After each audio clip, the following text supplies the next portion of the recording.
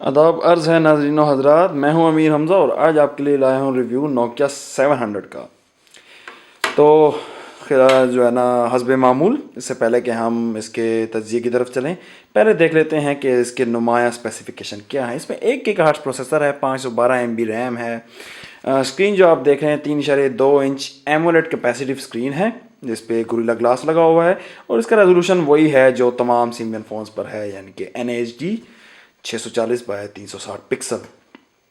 इसके अलावा इसकी बैक पर 5 मेगापिक्सल कैमरा है जो ऑटो फोकस की सलाहियत नहीं रखता, शायद इसी वजह से ये फ़ोन बहुत स्लिम है। इसके अलावा 2 GB इसमें बिल्ट इन मेमोरी है और बाकी मेमोरी कार्ड स्लॉट की आपके पास जगह मौजूद है। तो ये हुई मेन इसकी स्पेसिफिकेशन। अब देखते हैं सबसे पहले इसके एक्सटीरियर की जानिब। जैसा कि आपने देखा, अगर मैं इस फ़ोन को बंद करूं तो आप देखेंगे कि ये बहुत ही हैंडसम लुकिंग हैंडसेट है।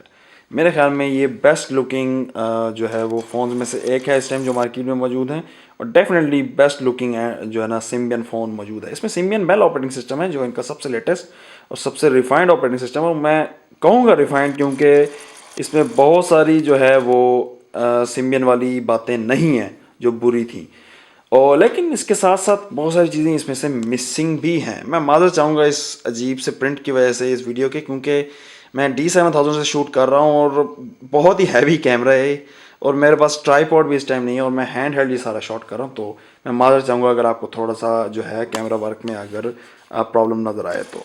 नहीं तो फिर से फोकस करने की कोशिश करता हूँ, ये हो गया फोकस। तो ये मुझे अच्छी चीज़ लगती है कि क्लॉक हर वक्त इस पर डिस्प्ले होता है, और ऑफ कोर्स ये सारा का सारा गोरिल्ला ग्लास है जो टॉप टू बॉटम जाता है। नीचे आपको स्पीकर ग्रिल मिलती है, बैक पे 5 मेगापिक्सल कैमरा है, उसके ऊपर LED फ्लैश है। ये जो है ये मेटल केसिंग है, लेकिन इस मेटल केसिंग में अगर आप देखें तो मैं ज़रा थोड़ा सा इसे फोकस कर दूं,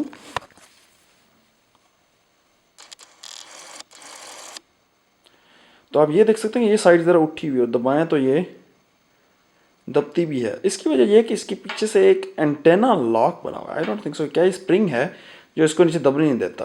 और ये जो माइक्रोफोन आप देख रहे हैं, ये माइक्रोफोन नॉइज़ कैंसलेशन के लिए इस्तेमाल होता है। साइड पे आपको जो है कैमरा बटन मिलेगा, लॉक बटन मिलेगा। सैडली इसमें वो जो है वो स्लाइडर नहीं है जो तमाम सिम्बियन पर हुआ करता है, और ऊपर आपको जो है वो वॉल्यूम रॉकर मिलता है और दूसरी साइड पर कुछ भी नहीं है। और बॉटम पे आप देखें तो सिर्फ ये जो है वो लैनर्ड अटैचमेंट है और इन्हीं सुराखों में से कहीं मेन माइक्रोफोन भी है।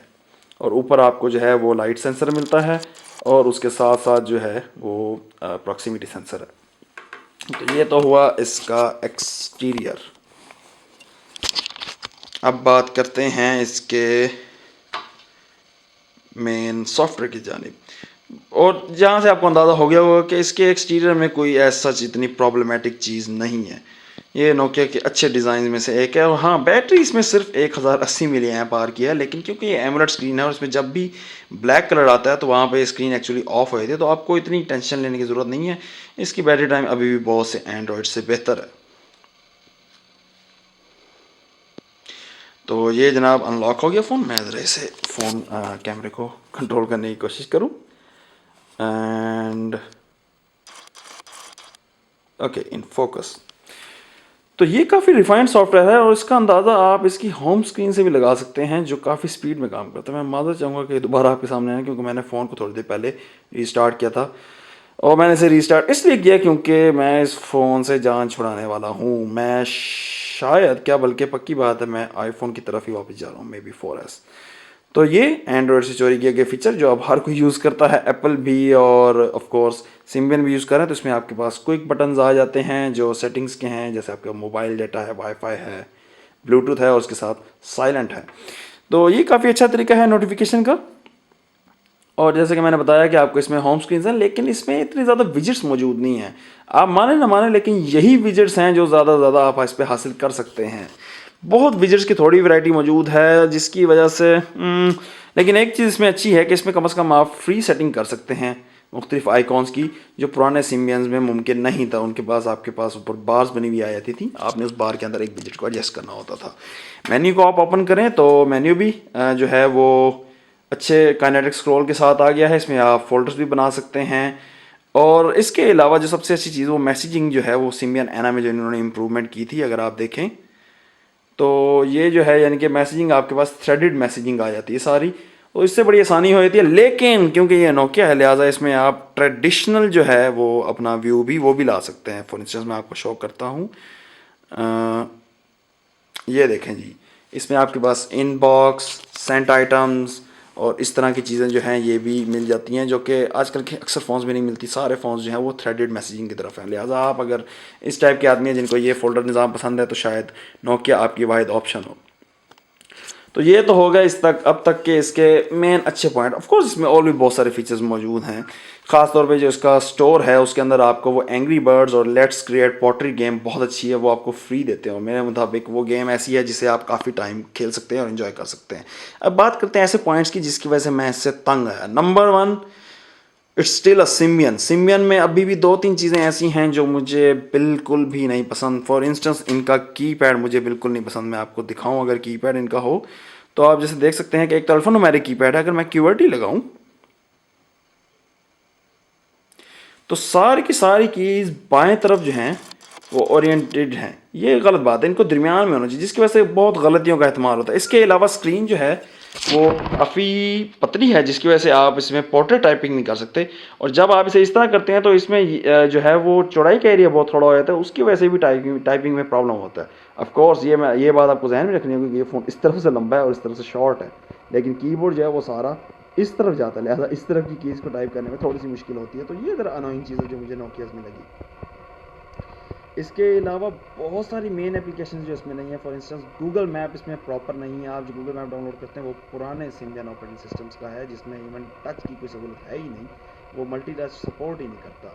दूसरी बात, ये बहुत सारी एप्लीकेशंस ऐसी हैं जो इस पर नहीं चलती सही और जो पुराने फ़ोन पर सही चला करती थी। फॉर इंस्टेंस इसकी जो मेल एप्लीकेशन है वो जो अगर आप N8 याद करें तो उसके अंदर सहूलत थी कि आप अपने कॉन्टैक्ट्स जो हैं वो भी गूगल से सिंक्रोनाइज़ कर सकते थे।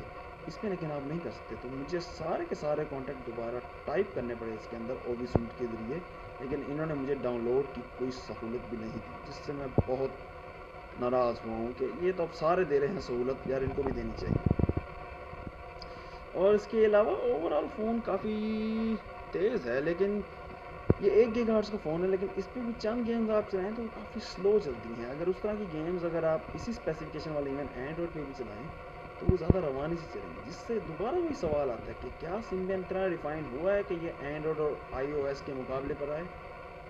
तो वहाँ पे मेरा जवाब नो आया था, ख़ास तौर पर जब इसकी कीमत के अंदर आपको बहुत से दूसरे फ़ोन मिल गए। ये मैंने फ़ोन लिया था, ये मैंने 28,900 रुपये का लिया था। लेकिन अगर आप इस प्राइस को रिव्यू करें तो इस प्राइस के अंदर आपको बहुत से फ़ोन और मिल सकते हैं। सैमसंग की अगर आप बात करें तो इससे छोटा गैलेक्सी Y है, लेकिन वो इससे ज़्यादा रवाना चलता है, बट ऑफ कोर्स उसकी स्क्रीन भी बड़ी फारी किस्म की है।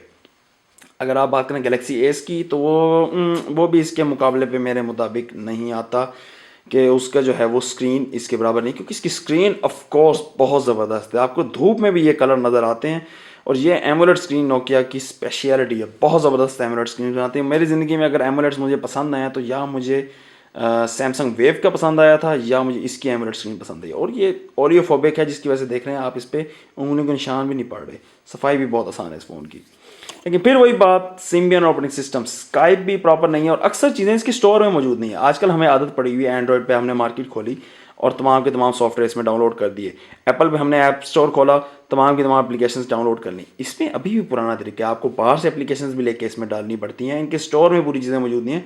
स्टोर में गूगल मैप मौजूद नहीं है, आपको गूगल की साइट से डाउनलोड करना पड़ता। तो ये छोटी छोटी चीज़ें हैं जिसकी वजह से मेरे मुताबिक नोकिया जो है वो अपने आप को सीरियस नहीं ले रहा इस मार्केट के अंदर। इसी वजह से मैं इस फ़ोन से जो है वो नाला हूँ। लेकिन अभी भी अगर आप मुझसे पूछें कि एक आम नॉर्मल फ़ोन अगर कौन सा अच्छा मौजूद है तो मैं कहूँगा ये वाला फ़ोन बेस्ट है। क्योंकि कम ऑन, इसका साइज़ पहले देखें, बहुत छोटा फ़ोन है, तस्वीरें तो इसके साथ जस्टिस ही नहीं करती। नहायत छोटा फ़ोन, बहुत कॉम्पैक्ट फ़ोन है और call quality of course Nokia वाली है, बहुत ज़बरदस्त है।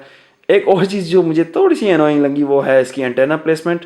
एक एंटेना यहाँ पर है, 2 एंटेना यहाँ पर हैं, तो आप कभी अगर गेम खेल रहे हो और इसका आप पे हाथ आ जाए तो एक तो ये गर्म बहुत ज़्यादा होता है, दूसरा अगर थोड़े वीक सिग्नल हैं तो वहाँ पे ये सिग्नल ड्रॉप भी काफ़ी कर जाता है। कॉल ड्रॉप होने का चांस खैर इतना नहीं, लेकिन कॉल क्वालिटी को थोड़ा सा धचका लगता है। तो वही वाली बात कि नोकिया वालों ने एप्पल को तो कहा कि वो नहीं मेंटेन कर सके सिग्नल को, लेकिन खुद उसी प्रॉब्लम में आ गए।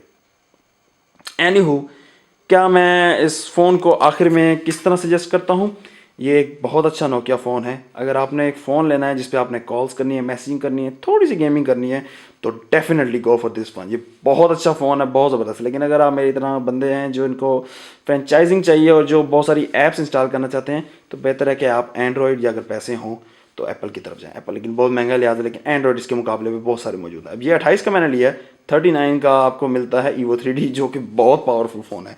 लेकिन अगर आप 28 की रेंज में बात करें तो आपको वेव मिलता है, जो चाहे इसी स्पेसिफिकेशन में है वो, लेकिन वो इससे बहुत ज़्यादा रिफाइंड है, और उसकी ऑफ कोर्स स्क्रीन भी इससे काफ़ी बेहतर है, चाहे वो सुपर एलसीडी ही क्यों ना हो।